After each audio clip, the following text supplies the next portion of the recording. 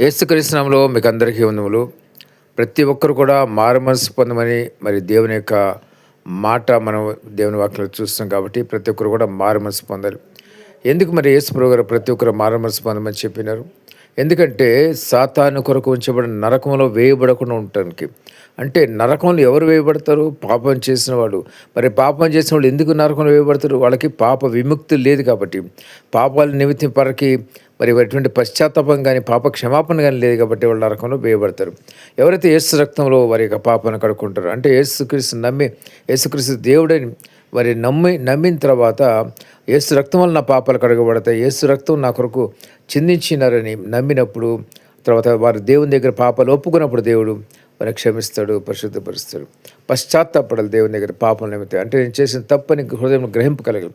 అప్పుడే దేవుడు వారిని క్షమిస్తాడు. కాబట్టి ప్రతి ఒక్కరు జ్ఞాపం చేసుకోండి. అంతే దినాలు ఉంటున్నాము, ఆయన రాకడ ఎప్పుడైనా రావచ్చు. ఆయన రాకడ సమయంలో మీరు సిద్ధంగా ఉంటే దేవుని దగ్గరికి వెళ్తారు. సిద్ధంగా లేకపోతే కనుక మరి పరిశుద్ధంగా లేకపోతే కనుక పరిశుద్ధ పట్టణానికి చేరుకోరు.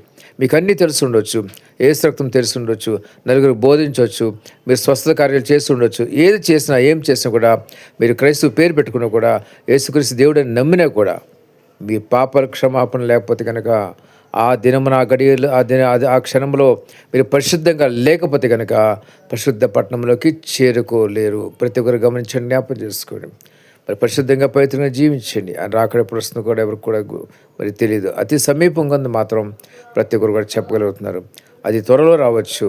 మరి త్వరగా మీరు సిద్ధపడండి. అప్పటికప్పుడు ఎవరు కూడా మరి దేవుని దగ్గర మరి క్షమాపణ చెప్పుకోవడం కూడా అవ్వదు. రాకడ వచ్చిన తర్వాత ఇంకా ఎటువంటి క్షమాపణలు ఉండవు, ఏమి రాకడ వస్తే అందరూ ఎత్తపడతారు. ఎవరైతే పరిశుద్ధంగా ఉంటారో వాళ్ళు ఎత్తపడతారు. మిగిలిన వాళ్ళు క్షమించాను కూడా పరలోక రాజ్యానికి చేరుకోరు. అదొకటే కాదు, ఎప్పుడు కూడా మరి అవకాశాలు దొరకవు. మరి ఈ మధ్య కాలంలో మరి క్రైస్తవులు మరి ఒక ట్యాంక్ బండి మీద బైక్ మీద ప్రయాణం వెళ్తున్నప్పుడు ఒక బస్సు వచ్చి కొట్టినప్పుడు ఇద్దరు కూడా మరి చనిపోయారు, భార్య భర్త ఇద్దరు కూడా. దీనికి ఏంటి కారణం అంటే చూడండి, ఒకసారి జ్ఞాపకం చేసుకోండి.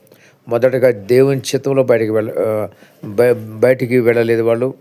దేవుని చిత్తం లేకుండా బయటికి వెళ్ళారు, సొంత ఆలోచనతో బయటికి వెళ్ళారు.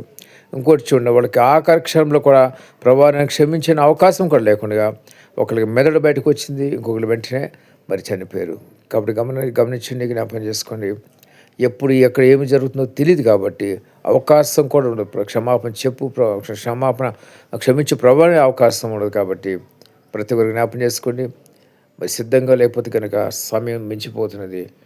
ప్రతి ఒక్కరు పరిశుద్ధంగా పవిత్రంగా జీవించండి. దేవుని దగ్గర క్షమాపణ చెప్పుకొని పాప క్షమాపణ పొందండి. దేవుడు ఈ మాటలు దేని ఆశించగాక. ఆమేన్.